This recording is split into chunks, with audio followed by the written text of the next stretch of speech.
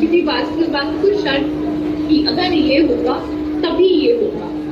तो जब आप लोग छोटे थे या फिर हो सकता है अभी भी, आप लोग के मम्मी पापा ने कई बार आपको बोला होगा कि अगर तुम ये कर दोगे तो तुमको ये मिल जाएगा। जैसे कि अगर तुम 12th में 90% ले आओगे तो हम तुमको मोबाइल फोन दिला देंगे। अब बात अलग है कि वो दिलाते विलाते कुछ नहीं है, झूठ बोलते हैं हमको फंसाने के लिए। मेरे मम्मी पापा ने तो नहीं दिला था, बट पॉइंट इज कि हमको एक कंडीशन दी जाती है कि if you do this then you will get this, if you get 90+ marks then you will get mobile phone, if you get 80% marks then you will get a bicycle. ये condition हम पे लगाई जाती है, right? जब condition लगाई जाती है, जब इफ देन टाइप का स्टेटमेंट बोला जाता है तो उसे कहते हैं conditional sentence. I hope this makes sense. Whenever there is a condition, whenever we have statements which use conditions like if X happens, then Y will happen. अगर ये हो रहा है तब ये होगा। उस केस में जहाँ पे कंडीशन लग रही है उसको हम कहते हैं कंडीशनल सेंटेंस। अब कंडीशनल सेंटेंस 3 टाइप के होते हैं। क्या हो सकता है ज़्यादा से ज़्यादा? एक तो ये कि कोई चीज़ है जो कि पॉसिबल है और चांसेस भी है कि वो चीज हो जाए, फुलफिल भी हो जाएगी कंडीशन। कि मान लो कि बहुत ही पॉसिबल है कि 90% आ जाएंगे हमारे एग्जाम में, और ये चांसेस भी हमने खूब मेहनत की कि आ जाएंगे, so it is also very likely. दूसरी कंडीशन ये है कि पॉसिबल तो है कि हमारे 90% आ जाएंगे, लेकिन हमने पढ़ाई नहीं, फिर क्या होगा? फिर इट इज वेरी अनलाइकली, फिर ये होने के चांसेस कम है। एक तीसरी चीज है कि कंडीशन में टास्क ही इम्पॉसिबल, ये चीज हो ही नहीं सकती। उस केस में वो सेंटेंस 3rd टाइप का बन जाएगा। 3 टाइप के सेंटेंस समझ आए? In the first sentence type the task, the condition is possible and also likely that the condition will be fulfilled, यानी कि पॉसिबल भी है और होने के चांसेस भी ज्यादा। सेकेंड टाइप क्या है? It is possible but very unlikely, यानी कि होने के चांसेस कम है that the condition will be fulfilled. 3rd type क्या है कि कंडीशन पॉसिबल ही नहीं है, condition is not possible, it is impossible. But why is that? Because it refers to the past. Oh, somebody sent me the answers. ठीक है, ठीक है। So, coming back, क्या 3 कंडीशंस थी? कंडीशंस एक तो ये है, सबसे पहली बात कि वो जो काम है वो हो भी जाएगा और उसके होने के चांसेस भी अच्छे हैं। हमारे 90% आएंगे, ये पॉसिबल है, और हमने खूब पढ़ाई की है तो चांसेस भी ज्यादा है। दूसरा है हमारे 90% आ जाएंगे, पॉसिबल है, लेकिन हमने पढ़ाई नहीं, तो क्या हो? Condition is very unlikely to happen, to be fulfilled.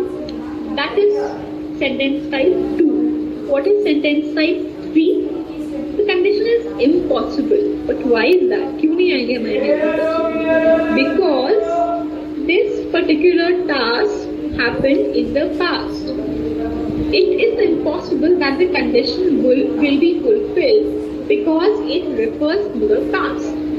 मान लो अब आप में से आप लोग जाके बोलो कि 12th के अब मार्क्स 90% आ जाएंगे मोबाइल, क्या भी पॉसिबल है? आप लोग तो BA BCom में आगे बैचलर्स कर रहे हो, मेरा भी हो गया, मैं PhD कर रही हूँ। क्या पॉसिबल है कि मैं जाके 12th के नंबर चेंज करूँ, अब मैं पढ़ूँ 90% ले आऊँ? It is impossible now. So that is sentence type 3, conditional sentence type 3, where the task is impossible. Why is it impossible? Because it refers to something in the past. Now, इसको थोड़ा सा example देख के थोड़ा समझते हैं। तो conditional sentence type 1 याद करो क्या था? पॉसिबल भी है और लाइकली भी है। 90% लाना पॉसिबल भी है और पढ़ाई भी की है, तो चांसेस भी हमारे ज्यादा हैं। सो इसमें क्या होगा? इफ तो लगेगा, इफ देन वाले सेंटेंस है। इफ पढ़ोगे तब नंबर आएंगे, इफ नंबर आएंगे तब जाके आप लोग को साइकिल मिलेगी या मोबाइल मिलेगा, राइट? तो इफ तो लगेगा ही। इफ के साथ पहला जो सेंटेंस है उसमें लगेगा सिंपल प्रेजेंट। फिर कॉमा के बाद बाकी का जो फ्रेज है, बाकी का जो क्लॉज है, उसमें लगेगा विल के साथ फ्यूचर टेंस। नहीं समझ आया तो एग्जाम्पल से समझ आ जाएगा, इफ तो लगेगा ही लगेगा। उसके साथ जो पहला जो फ्रेज है उसमें सिंपल प्रेजेंट लगेगा। याद करो सिंपल प्रेजेंट क्या था? If I find her address, right, this is a very simple sentence present tense में, सिंपल प्रेजेंट टेंस में। If I find her address, आगे इसमें कंडीशन दिया है कि विल के साथ फ्यूचर टेंस लगेगा, सिंपल फ्यूचर है। I will send her an invitation. If I find her address, I will send her an invitation. इसके साथ सिंपल प्रेजेंट लग रहा है। फिर कॉमा वाले के बाद, कॉमा वाले जो फ्रेज है उसके बाद विल के साथ फ्यूचर टेंस लग रहा है। If I find her address, I will send her an invitation. इसके बाद मैंने नेगेटिव सेंटेंस बनाया, नेगेशन वाला सेंटेंस रखा है। If I don't see him this afternoon, I will phone him in the evening. ये क्या किया है? इसको डालने का पर्पस है कि नेगेटिव कैसे बनता है कंडीशनल सेंटेंस में, वो भी मैं दिखा देती हूँ। If I don't see him this afternoon, I will phone him in the evening. If I don't see him this afternoon, I will phone him in the evening. यहाँ पे क्या हुआ? नेगेटिव बनाने के लिए डोंट लग गया बस। नेक्स्ट, कंडीशनल सेंटेंस का सेकेंड टाइप। सेकेंड टाइप याद करो क्या था? पॉसिबल तो है लेकिन हमने पढ़ा ही नहीं था, तो चांसेस कम है, राइट? तो इसमें क्या लगेगा? इफ लगेगा और सिंपल पास्ट लगेगा, कॉमा के बाद वुड लगेगा। इफ के साथ सिंपल पास्ट लगेगा, कॉमा के बाद वुड लगेगा। If I found her address, I would send her an invitation. Simple past, I found her address क्या? Simple past tense में। If I found her address, I would send her an invitation. इसी का negative sentence क्या होगा? If I had a lot of money, I wouldn't stay here. I wouldn't मतलब would not. Wouldn't is, ये जो wouldn't दिख रहा है ये would not है। और चलो इसके बारे में भी एक चीज क्लियर कर दूं, जब भी कॉन्ट्रैक्शन बनाते हैं हम लोग, एन के बाद अपॉस्ट्रोफी लगती है, डी के बाद नहीं लगती। जैसे वुडंट है, WOULD, अपॉस्ट्रोफी NT गलत है। करेक्ट क्या है? WOULDN apostrophe T, right? So if I had a lot of money, I wouldn't stay here. Next में कंडीशनल सेंटेंस टाइप 3, थर्ड है, इफ के साथ पास्ट परफेक्ट लगता है। याद करो पास्ट परफेक्ट में क्या था? हैड लगता है। और उसके बाद कॉमा के बाद जो सेंटेंस है उसमें वुड के साथ हैव या हैज लगेगा, डिपेंडिंग ऑन योर सिंगुलर या प्लूरल। वुड के साथ हैव या हैज लगेगा। कंडीशनल सेंटेंस टाइप 3 क्या था? कि टास्क पॉसिबल ही नहीं है, इम्पॉसिबल है। व्हाई? बिकॉज वो टास्क पास्ट में था, जैसे कि अब हम 12th का एग्जाम दोबारा नहीं दे सकते, राइट? तो ना मोबाइल मिलेगा ना बाइसिकल मिलेगी, राइट? इसमें क्या होगा? इफ के साथ पास्ट परफेक्ट लिखेगा, फिर कॉमा के बाद वुड के साथ हैव हैज लगेगा। So if I had found her address, had found क्या हुआ? Past perfect. If I had found her address, comma, I would have sent her an invitation. मैं क्या करता? I would have sent her an invitation. अगला है, इसी का negation करेंगे। If I hadn't studied, I wouldn't have passed my exam. If I had not studied, I would not have passed my exam. Right. Tone of the passage. चलो ये जो है ये टॉपिक अभी नहीं करते हैं, ये टॉपिक कल के लिए रिजर्व करके रखते हैं, इसको कल करेंगे।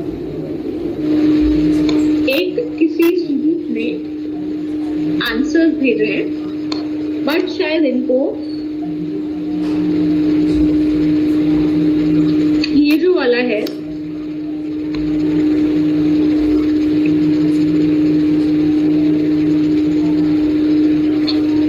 एक बार आपके आंसर वेरीफाई कर लूँ, एक मिनट।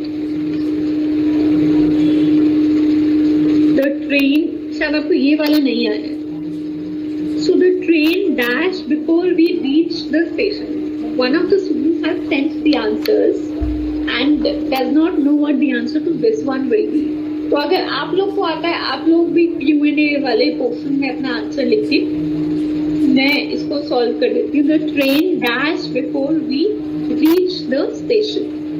अब इसमें क्या है ना, ब्रैकेट में मैंने arrived और will have arrived, इन दोनों में आपको चॉइस दी है. The train will have arrived before we reach the station. क्यों मैंने यहाँ पे आपको चॉइस इसलिए दी है क्योंकि अगर मैं अराइव लगाऊंगी तो मल्टीपल आंसर्स निकाल लेंगे, लेकिन मैंने आपको दो ही चॉइस दी है. इन दोनों में से the train arrives before we reach the station, क्या ये आप बताओ, आप लोग बताओ, क्या ये सिंपल प्रेजेंट टेंस है? क्या सिंपल प्रेजेंट टेंस में आपको टाइम दिया होता है? क्या ये हैबिचुअल एक्शन है? क्या ये ऐसा एक्शन है जो एज अ हैबिट हो रहा है? क्या ये कोई जनरल रूल बोला जा रहा है? अगर नहीं तो यहाँ पे अराइव्स कैसे लग सकता है, मुझे बताओ. अराइव्स तो फिर गलत हो गया. The train arrives before we reach the station, फिर क्या होगा? The train will have arrived before we reach the station. Right, I hope अब ये वाला क्लियर हो गया हो. मैं बाकी के आंसर्स भी आपके वेरीफाई कर देती हूँ, ठीक है.